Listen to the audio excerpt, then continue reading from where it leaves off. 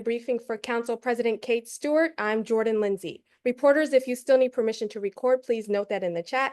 And if you have any questions throughout this briefing, you can note that in the chat or you can raise your hand and I will call on you accordingly. Now I'll go ahead and toss it to Council President Stewart for opening remarks. Council President, to you.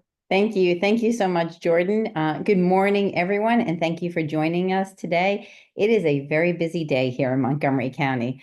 This morning, I was pleased to speak at an event hosted by the Montgomery County Office of Procurement called Montgomery County is Open for Business.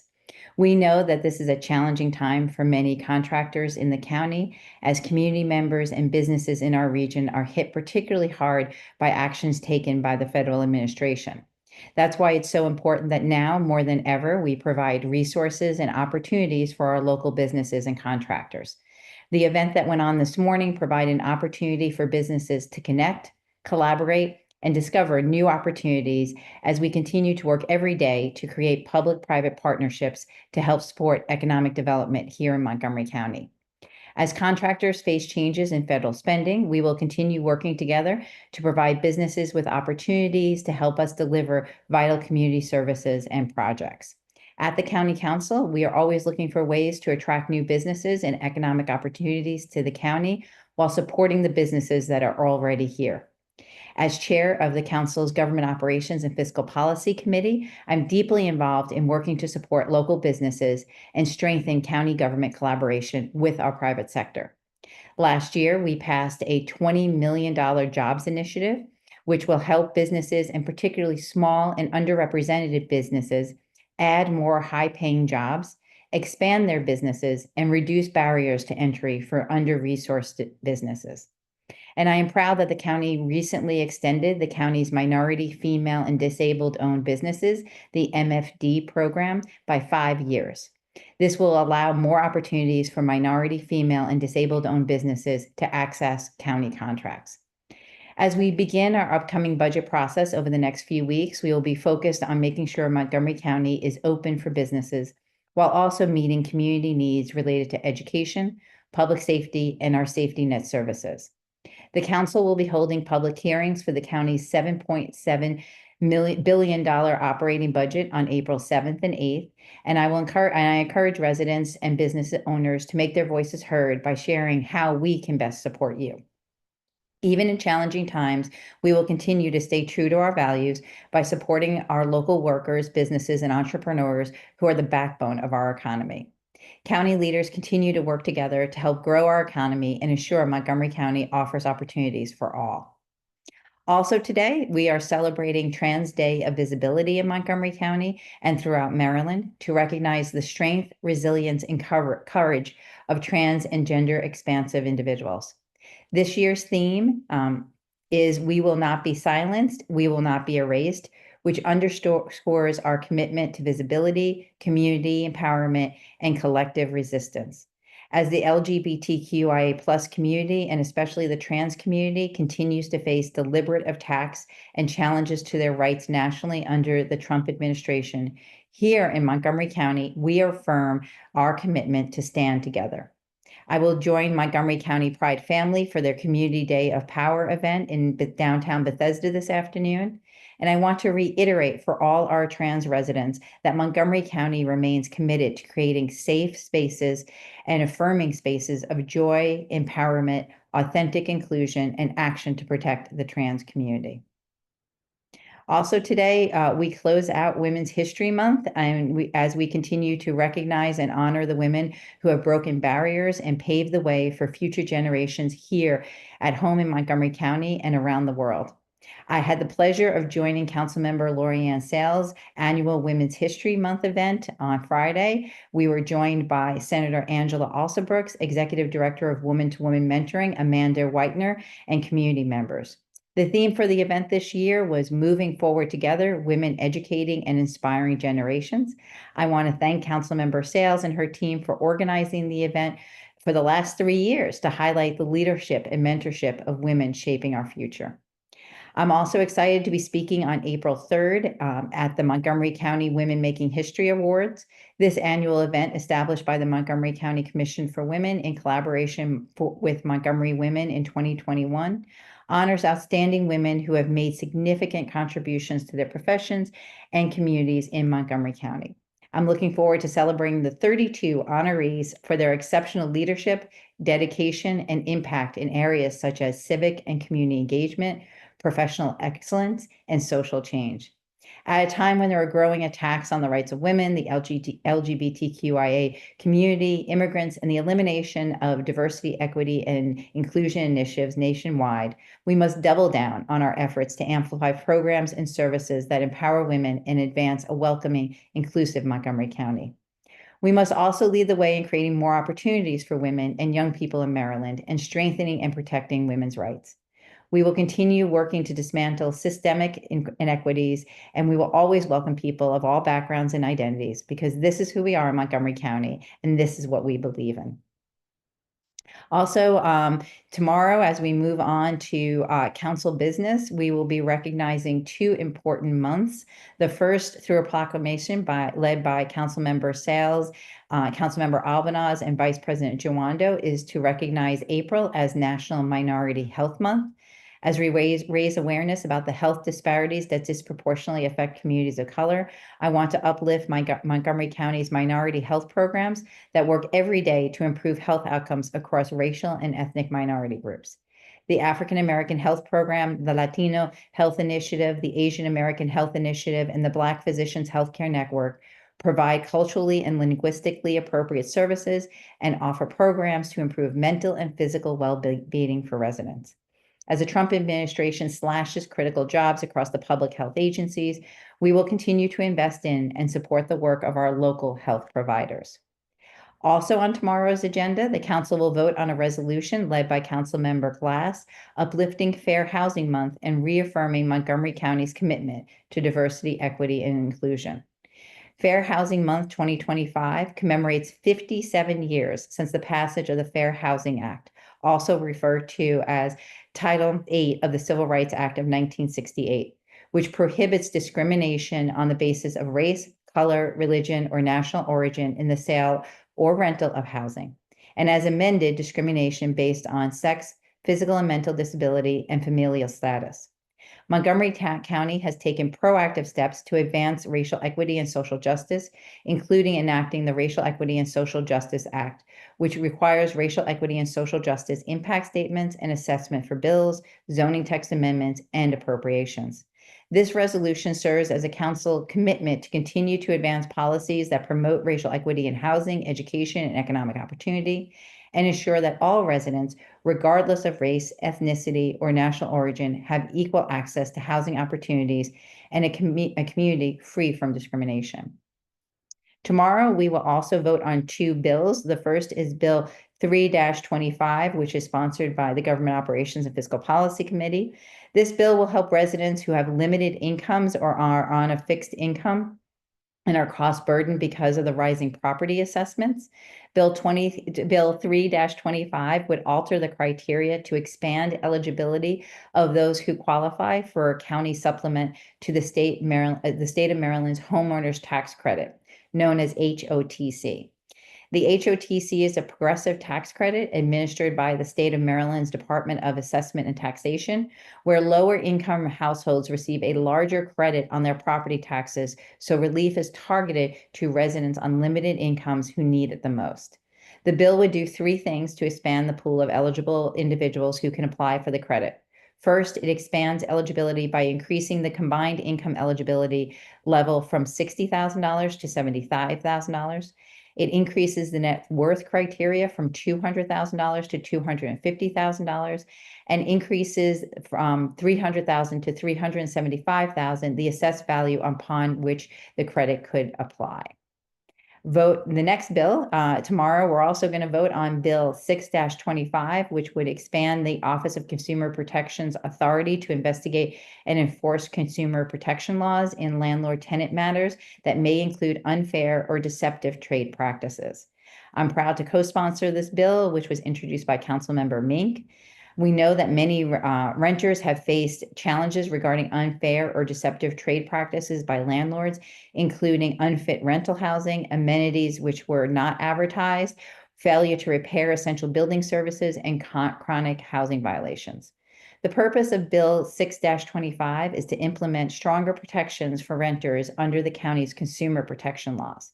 This bill would expand the definition of person to include landlord, clarify consumer goods and services to include rental housing, and clarify the enforcement and penalties under the Montgomery County Code, among other measures.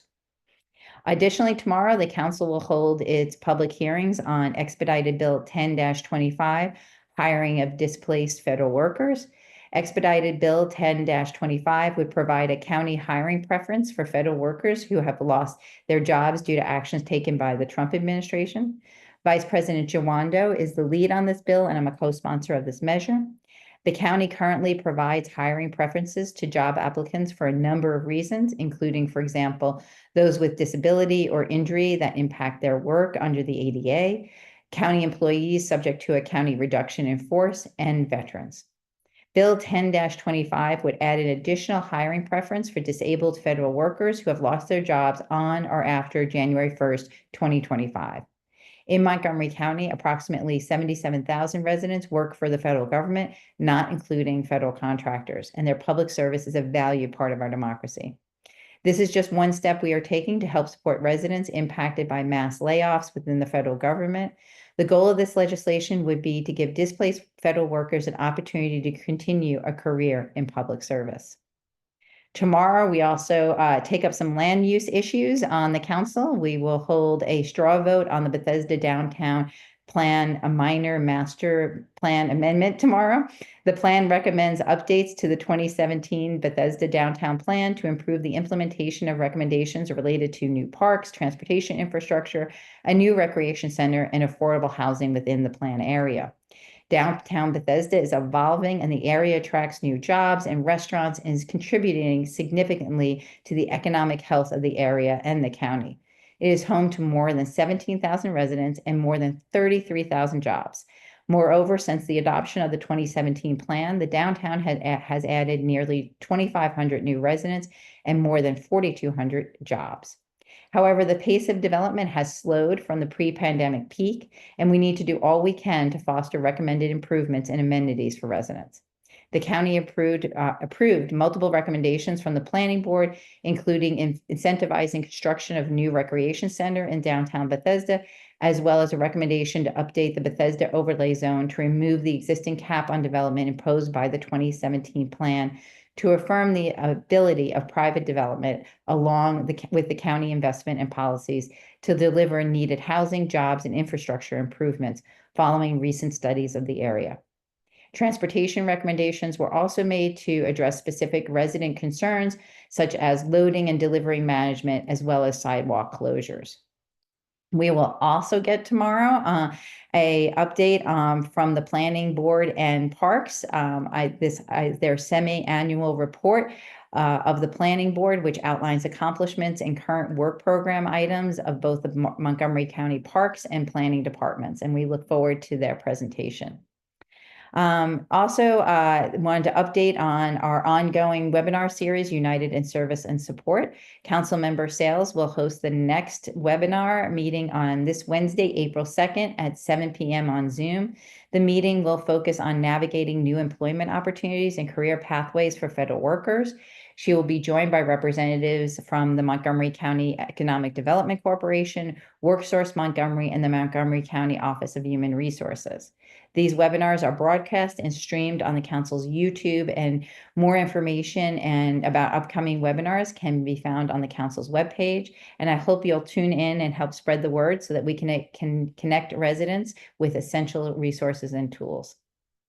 An update now on the More Housing Now package that's making its way through our legislative process.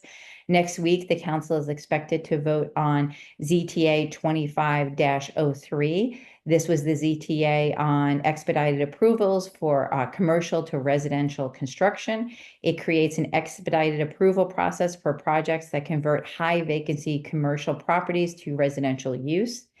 In addition to that, we will be voting on the Bill 2-25, taxes, payment in lieu of taxes, affordable housing. This would establish a payment in lieu of taxes, or better known as a pilot, for conversion of high vacancy commercial properties to residential use. As you may recall, these are two components of the More Housing Now package led by the Planning and Housing and Parks Committee Chair, Andrew Friedson, and Council Member Natalie Fani Gonzalez, who chairs the Economic Development Committee. I'm a sponsor of the legislation in the zoning packages. Overall, it includes 5 different pieces and steps to take to increase the supply of housing, drive down costs, and increase pathways to home ownership for working families and residents in Montgomery County. The other pieces of the legislation and the zoning text amendments are being taken up by the full council at a later date. Later this afternoon, the Planning, Housing, and Parks Committee will be looking at the corridor zoning text amendment. And then let's see, what else do we have coming up? I think that's it. That was the end. Jordan, thank you. I will turn it back to you. Great, thank you so much for those updates, Council President. Reporters, if you still have any questions, you can either raise your hand or you can note that in the chat. Up first, I see Milagros Melendez with El Tiempo Latino. Has a question regarding relief available for vulnerable communities facing high housing costs and utility payments. Milagros, did you need interpretation today? I see your hand raised. Sorry. That's okay. Sorry. No, but I would like the answer to be also in Spanish since I will record that in Spanish. So let me formulate the question first and Yes. we can have the answer. So Yes.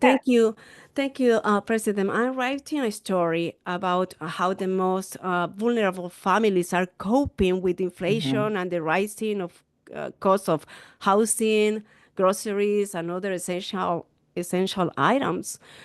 What types of assistance or relief programs does the county provide to support these families?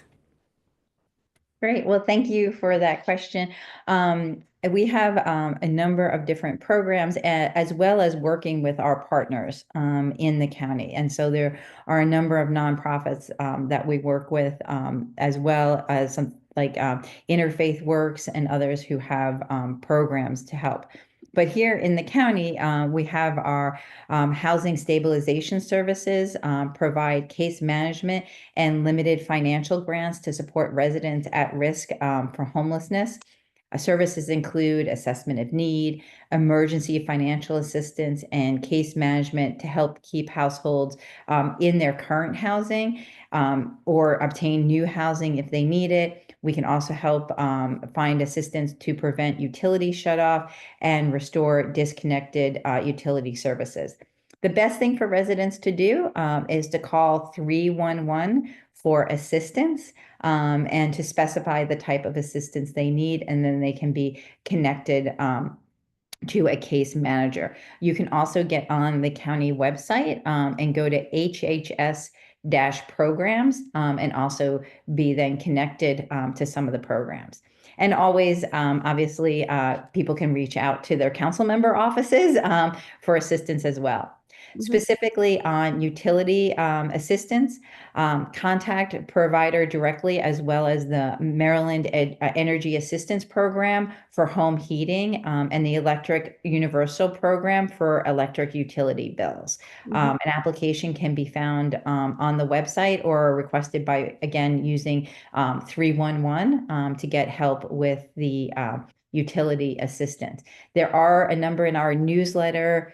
I think a couple of weeks ago, we did provide links to programs that PEPCO is particularly running for utility assistance. So I think the first and foremost on utility assistance, we suggest people contact their providers. And if they need other assistance or information on how to do that, contacting 311. And again, you can always contact your council member's office and they will help you with that assistance. Oh, thank you so much. Do they need to be or to prove being here legally? Do they have to have immigration status to access to these benefits? So in Montgomery County, for services that we provide as a county, we do not ask about someone's immigration status. So if someone calls 311 and then gets connected to our Health and Human Services Department, our case manager, we will not be asking about immigration status and be able to help them connect with programs.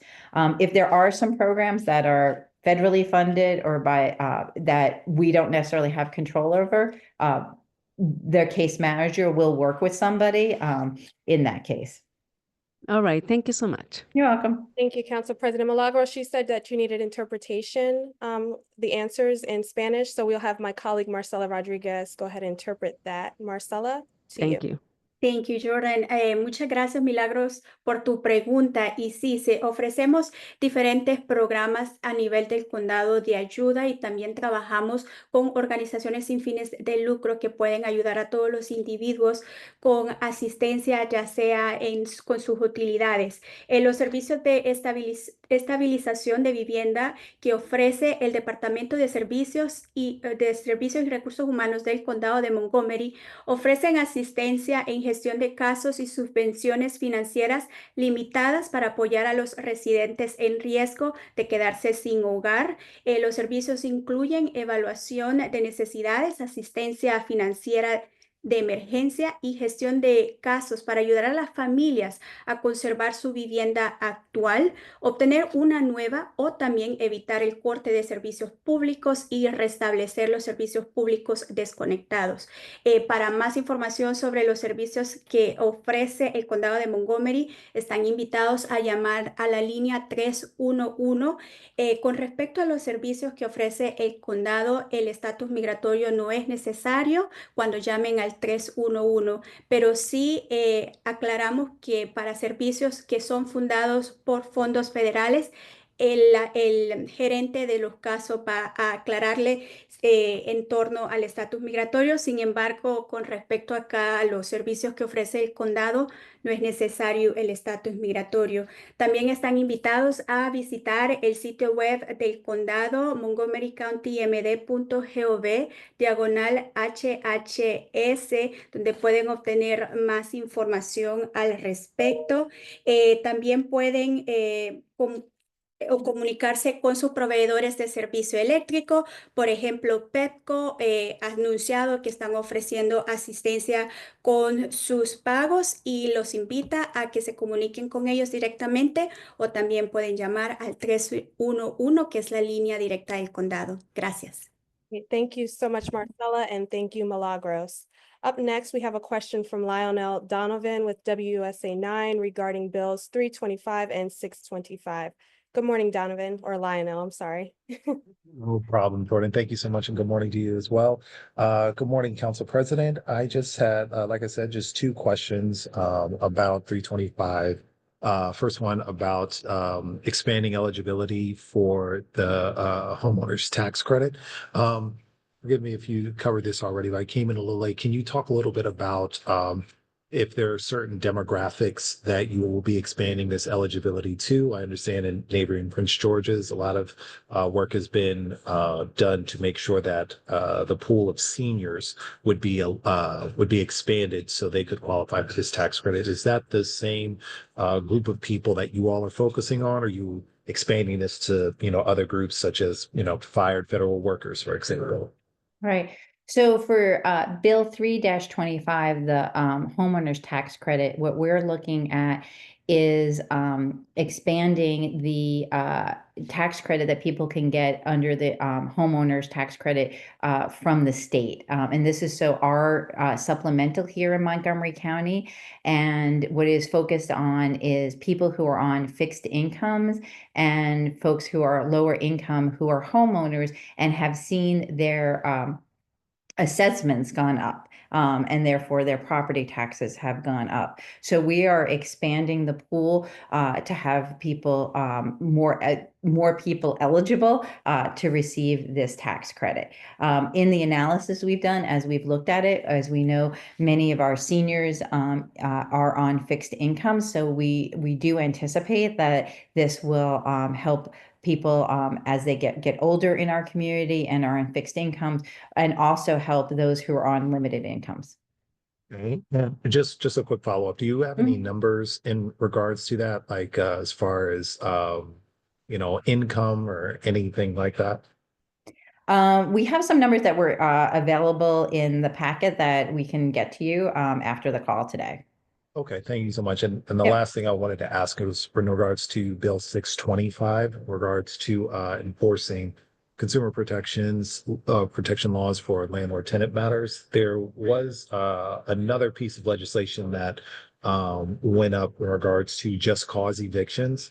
And I was wondering if this bill would also address that issue as well. From what I understand, there are some folks in the county who have accused their landlords of evicting them without cause, and or not renewing their leases without cause. And I was just wondering if this bill would cover any of that as well.